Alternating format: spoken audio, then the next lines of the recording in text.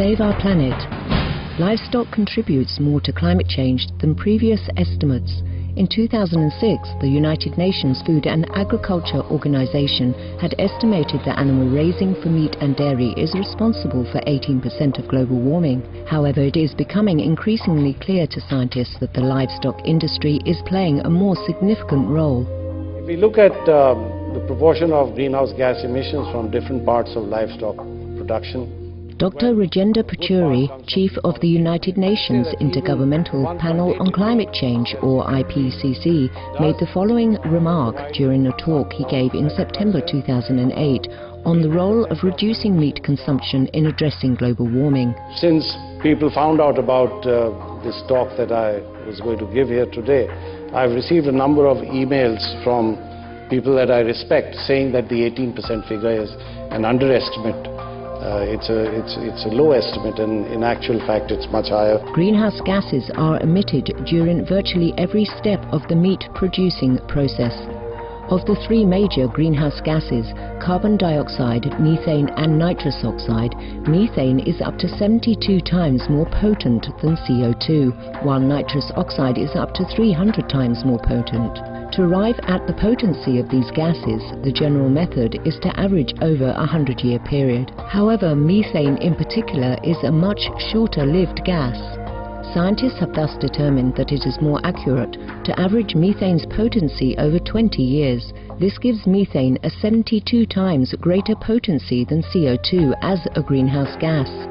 US physicist Noam Moore of the New York University Polytechnic Institute stated the following in a telephone interview with Supreme Master Television. When measured over 100 years, the United Nations said animal agriculture is responsible for 18% of global warming emissions, which is an enormous amount, far more than all transportation put together. If you look at it on a shorter term, methane has an outsized effect, so that number goes up. The true value in the near term, when we take all these things into account, is much higher. If you look at these reports, they'll suggest it has about 25 times the impact of CO2. But really, when it's up there in the atmosphere doing its work, it's 72 times the impact, and that makes a big difference. At 37% of global methane emissions, livestock is the single largest source of human-caused methane. Sure, we have to deal with CO2 in the long run. But if you want to make an impact on climate in the next 20 years, the place to do it is with the shorter-lived greenhouse gases, most important of which is methane. So of the emissions in the next 20 years, the CO2 in this year's emissions will only be about 40% of the total warming. The other 60% or more will be from the shorter-lived gases, most important of which is methane. In addition, according to US physicist Noam Moore, livestock has an even larger share of emissions when yet another unaccounted factor is acknowledged.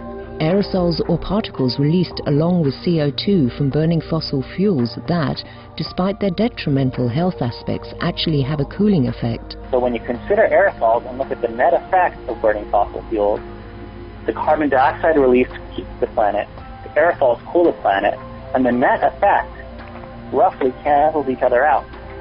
That means that most of the warming we've seen historically and are likely to see in the near future comes from other gases, mainly methane. Already, livestock is 20% of all greenhouse gas emissions. The meat system includes the animals, includes growing the food for the animals, includes the transport of the meat, includes the fertilizer to grow the food, to feed the meat. And that's with not treating methane any more than the sort of normal way it's used. If you treat it more, then that 20% will go up to maybe 30%. So the 30% in the next 20 years is going to be due to meat production. Dr. T. Colin Campbell, a renowned researcher and internationally best-selling author of The China Study, also indicated that livestock's role in heating the planet is much bigger. And I just had some information just recently that the new figures now indicate that at least half of the greenhouse gases that are out there now, not the 15 or 20%, at least half, and maybe considerably more, are due to livestock production. We thank the distinguished scientists for confirming the importance of reducing meat consumption to minimize methane emissions. May everyone soon join in the sustainable plant-based solution to most effectively halt global warming for all inhabitants of our Earth. In a July 2008 video conference with our association members in Thailand, Supreme Master Ching Hai revealed through her deep insight the reality of animal agriculture's cumulative cause in global warming. Because meat producing causes 80% of global warming. Transportation, water, deforestation, refrigeration, medical care for animals and humans, and etc., etc. All kind of pollution coming from meat production. It's not just the land that they use, it's not just the methane gas and nitrous oxide that they produce. It is all these byproducts. There's no end to the list. We cannot rely on green technology alone to save the planet, because the worst cause of it is from the meat industry. Everybody knows it. All the scientists already reported to us. Some of the diseases related to meat consumption. Cured meats and fish increase leukemia risk in children. Antibiotic-resistant superbug infections from a strain of Staphylococcus aureus. Blue tongue disease, E. coli, salmonella, bird flu, mad cow disease, or Creutzfeldt-Jakob disease, 90% of the population at risk. Pig's disease, or PMWS, listeriosis, shellfish poisoning, preeclampsia, Campylobacter, Clostridium difficile, diseases hidden in healthy-appearing livestock. Some of the costs of meat eating. Infertility. Eating just one serving of meat per day increases the risk of women's infertility by 32%, with additional meat consumption increasing the risk. Heart disease. Over 17 million lives lost globally each year. Cost of cardiovascular disease is at least $1 trillion a year. Cancer. Over 1 million new colon cancer patients diagnosed each year. More than 600,000 colon cancer-related mortalities annually. In the United States alone, colon cancer treatment costs about $6.5 billion. Millions of people are newly diagnosed with other meat-related cancers every year. Diabetes. 246 million people are affected worldwide. An estimated $174 billion spent each year on treatment in just the United States. Obesity. Worldwide, 1.6 billion adults are overweight, with 400 million more who are obese. Costs $93 billion each year for medical expenses in the United States alone. At least 2.6 million people die annually from problems related to being overweight or obese. Environmental. Use up to 70% of clean water. Pollute most of the water bodies. Deforest the lungs of the earth.